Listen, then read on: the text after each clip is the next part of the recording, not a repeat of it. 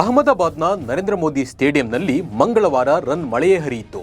Boundary ಸಿಕ್ಸರ್ಗಳು ಪಿಚ್ನ ಮೂಲೆ ಮೂಲೆ ತಲುಪಿತ್ತು. ಪಂದ್ಯ ನೋಡ್ತಾ ಇದ್ದವರು ಗುಜರಾತ್ ಗೆಲ್ಲುತ್ತೆ ಅಂತ ಅನ್ಕೊಂಡಿದ್ರು.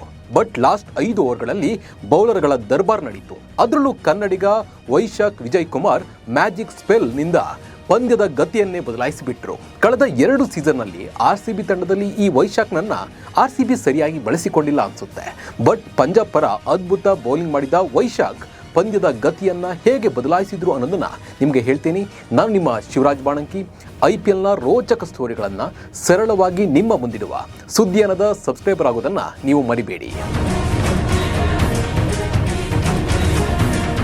ಮಂಗಳವಾರ ನಡೆದ ಪಂಜಾಬ್ ಕಿಂಗ್ಸ್ ಮತ್ತು ಗುಜರಾತ್ ಟೈಟನ್ಸ್ ನಡುವೆ ರೋಚಕ ಪಂದ್ಯ ನಡೆಯಿತು. ಈ ಪಂದ್ಯ ನೋಡ್ತಾ ಇದ್ದವರು ಪಕ್ಕ ಗುಜರಾತ್ ಗೆಲ್ಲುತ್ತೆ, ಪಂಜಾಬ್ ಕೊಟ್ಟ ರನ್ನ ಚೇಸ್ ಮಾಡುತ್ತೆ ಅಂತ ಎಲ್ಲರೂ ಅಂದ್ಕೊಂಡಿದ್ರು. ಬಟ್ ಬೌಲಿಂಗ್ ಪರಾಕ್ರಮದ ಮುಂದೆ ಬ್ಯಾಟಿಂಗ್ ಆಟ ನಡೀಲೇ ಇಲ್ಲ. ಅಂದಹಾಗೆ ಪಂಜಾಬ್ ಕ್ಯಾಪ್ಟನ್ ಶ್ರೇಯಸ್ ಅಯ್ಯರ್ ಮೊದಲ ಪಂದ್ಯದಲ್ಲೇ ಆರ್ಭಟಿಸಿದ್ರು. ನಮೋ ಮೈದಾನದಲ್ಲಿ ಗುಜರಾತ್ ಬೌಲರ್ಗಳನ್ನು ಅಕ್ಷರಶಃ ಅಟ್ಟಾಡಿಸಿದ್ರು. ಸಿಕ್ಸರ್ ಮೇಲೆ ಸಿಕ್ಸರ್ ಸಿಡಿಸಿ, ಬೌಂಡರಿ ಮೇಲೆ ಬೌಂಡರಿ ಬಾರಿಸಿ ಗರ್ಜಿಸಿದ್ರು. ಶ್ರೇಯಸ್ ಅಯ್ಯರ್ ಅಬ್ಬರದ ನಡುವೆ ಗುಜರಾತ್ ಸ್ಪಿನ್ನರ್ ಸಾಯಿ ಕಿಶೋರ್ ಮ್ಯಾಜಿಕ್ ಮಾಡಿ 3 ವಿಕೆಟ್ಗಳನ್ನು ಕಬಳಿಸಿದ್ರು. ಅಂತಿಮವಾಗಿ ಪಂಜಾಬ್ ಶ್ರೇಯಸ್ ಅಯ್ಯರ್ ಅವರ 97 ರನ್ಗಳ ಕೊಡುಗೆಯಿಂದ 5 ವಿಕೆಟ್ ಕಳೆದುಕೊಂಡು 243 ರನ್ ಗಳಿಸಿತ್ತು. ಈ ರನ್ ಗುರಿ ಬೆನ್ನತ್ತಿದ ಗುಜರಾತ್ 15 ಓವರ್ಗಳಲ್ಲಿ ಗೆಲುವಿನ ಸನಿಹಕ್ಕೆ ಬಂದಿತ್ತು. ಗುಜರಾತ್ ಗೆಲ್ಲುತ್ತೆ ಅಂತ ಮ್ಯಾಚ್ ನೋಡ್ತಿದ್ದವರು ಎಲ್ಲರೂ ಅಂದ್ಕೊಂಡಿದ್ರು. ಬಟ್ ಗುಜರಾತ್ನ ರನ್ ಆರ್ಭಟಕ್ಕೆ ಕನ್ನಡಿಗ ವೈಶಾಖ್ ವಿಜಯ್ ಕುಮಾರ್ 15ನೇ ಓವರ್ನಲ್ಲಿ ಬ್ರೇಕ್ ಹಾಕಿದ್ರು. 14ನೇ ಓವರ್ನಲ್ಲಿ ಇಂಪ್ಯಾಕ್ಟ್ ಪ್ಲೇಯರ್ ಆಗಿ ಕಣಕ್ಕಿಳಿದ ವೈಶಾಖ್ ವಿಜಯ್ ಕುಮಾರ್ 3 ಓವರ್ ಮಾಡಿ ಕೇವಲ 28 ರನ್ಗಳನ್ನು ಮಾತ್ರ ನೀಡಿದರು.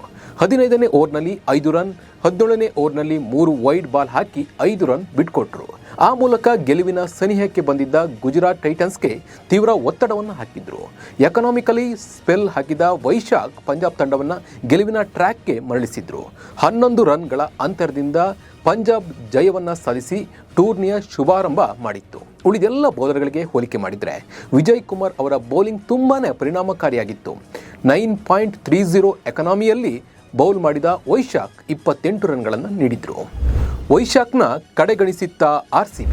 ಕರ್ನಾಟಕದ ವೇಗಿ ವೈಶಾಖ್ ಉತ್ತಮ ವೇಗದ ದಾಳಿ ನಡೆಸಬಲ್ಲ ಸಾಮರ್ಥ್ಯ ಇರುವ ಬೌಲರ್. ಮಾರಕ ಆರ್ಕರ್ಗಳನ್ನು ಕೂಡ ಎಸೆಯಬಲ್ಲರು. ಡೆತ್ ಓವರ್ಗಳಲ್ಲಿ ಇವರು ತಂಡಕ್ಕೆ ಆಸರೆ ಆಗ್ತಾರೆ. ಇನ್ನು ಇವರು 2023 ಮತ್ತು 24ರಲ್ಲಿ IPL ಫ್ರಾಂಚೈಸಿ ಅಂದರೆ ರಾಯಲ್ ಚಾಲೆಂಜರ್ಸ್ ಬೆಂಗಳೂರು ತಂಡದಲ್ಲಿ ಆಡಿದ್ರು. RCB ಪರ 2 ಸೀಸನ್ನಲ್ಲಿ 11 ಪಂದ್ಯಗಳಲ್ಲಿ ಆಡಿರುವ ವೈಶಾಖ್ 13 ವಿಕೆಟ್ಗಳನ್ನು ಪಡೆಯುವಲ್ಲಿ ಯಶಸ್ವಿಯಾಗಿದ್ದರು. ಆದರೆ ಎಲ್ಲೋ ಒಂದು ಕಡೆ RCB ಇವರನ್ನು ಚೆನ್ನಾಗಿ ಬಳಸ್ಕೊಂಡಿಲ್ಲ. ಹೆಚ್ಚು ಪಂದ್ಯಗಳಲ್ಲಿ ಇವರನ್ನು ಆಡಿಸಿಲ್ಲ. RCB ಒಳ್ಳೆ ಚಾನ್ಸ್ ಕೊಟ್ಟಿದ್ರೆ ಎಲ್ಲೋ ಒಂದು ಕಡೆ ಈ ಕನ್ನಡಿಗ ಈ ಬಾರಿ ಕೂಡ RCBಯಲ್ಲಿ ಉಳಿತಿದ್ದ, ತನ್ನ ಬೌಲಿಂಗ್ ಮೂಲಕ ಟೀಮ್ ಇಂಡಿಯಾದಲ್ಲೂ ಚಾನ್ಸ್ ಪಡಿತಿದ್ದ ಅನಿಸುತ್ತೆ. ಯಾಕಂದರೆ RCB ಚೆನ್ನಾಗಿ ಆಡಿದರೆ ಈ ಬಾರಿ ಟೀಮ್ ಇಂಡಿಯಾದ ಯಾವುದೋ ಒಂದು ಪಂದ್ಯದಲ್ಲಿ T20 ಯಾವುದರಲ್ಲೂ ಒಂದು ಚಾನ್ಸ್ ಸಿಕ್ಕಿದ್ರೂ ಸಿಗಬಹುದಿತ್ತು. ಇನ್ನು ಬಾಲ್ಯದಿಂದಲೂ ಕ್ರಿಕೆಟ್ ಬಗ್ಗೆ ಇವರಿಗೆ ಬಹಳ ಆಸಕ್ತಿಯನ್ನು ಹೊಂದಿದ್ರು ವೈಶಾಖ್. ತಂದೆ ಕೂಡ ಕ್ರಿಕೆಟ್ ಕೋಚ್ ಅಂತ ಈ ಬಗ್ಗೆ ಇವರೇ ಸಂದರ್ಶನವೊಂದರಲ್ಲಿ ಹೇಳಿಕೊಂಡಿದ್ದಾರೆ. ಆರಂಭದಿಂದಲೂ ಪೋಷಕರಿಂದ ಉತ್ತಮ ಬೆಂಬಲ ಪಡೆದ ವೈಶಾಖ್ ತಂದೆಯ ಮಾರ್ಗದರ್ಶನದಂತೆ ಬೆಳಗ್ಗೆಯಿಂದ ಸಂಜೆವರೆಗೂ ಆಡ್ತಾ ಇದ್ರಂತೆ. ಇವರ ತಂದೆ ಕ್ರಿಕೆಟ್ ಕೋಚ್ ಆಗಿರೋದ್ರಿಂದ ಬಾಲ್ಯದಿಂದಲೇ ಕ್ರಿಕೆಟ್ ಬಗೆಗಿನ ಎಲ್ಲ ವಿಚಾರಗಳನ್ನು ಅಪ್ಪನಿಂದಲೇ ಇವರು ಪಡೆದಿದ್ದಾರೆ. ಎಲ್ಲ ಕ್ರಿಕೆಟಿಗರಂತೆ IPLನಲ್ಲಿ ಆಡುವುದು ಮತ್ತು ಟೀಮ್ ಇಂಡಿಯಾ ಪರ ನೀಲಿ ಜರ್ಸಿ ತೊಟ್ಟು ಕಣಕ್ಕಿಳಿಯುವುದು ವೈಶಾಖ್ ಅವರ ಕನಸು.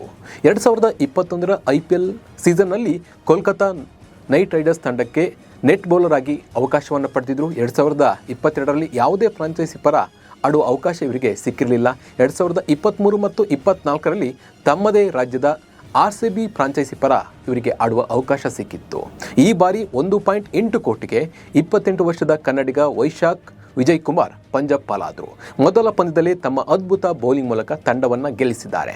ಇವರು IPLನಲ್ಲಿ ಹೀಗೆ ಮಿಂಚಲಿ, ಹಾಗೆ ಟೀಮ್ ಇಂಡಿಯಾಕ್ಕೆ ಸೆಲೆಕ್ಟ್ ಆಗಲಿ ಅನ್ನೋದು ಕ್ರಿಕೆಟ್ ಅಭಿಮಾನಿಗಳ ಆಸೆ. ಈ ಬಗ್ಗೆ ನಿಮ್ಮ ಅನಿಸಿಕೆ ಮತ್ತು ಅಭಿಪ್ರಾಯವನ್ನು ಕಮೆಂಟ್ ಮೂಲಕ ತಿಳಿಸಿ. ನಮಸ್ಕಾರ.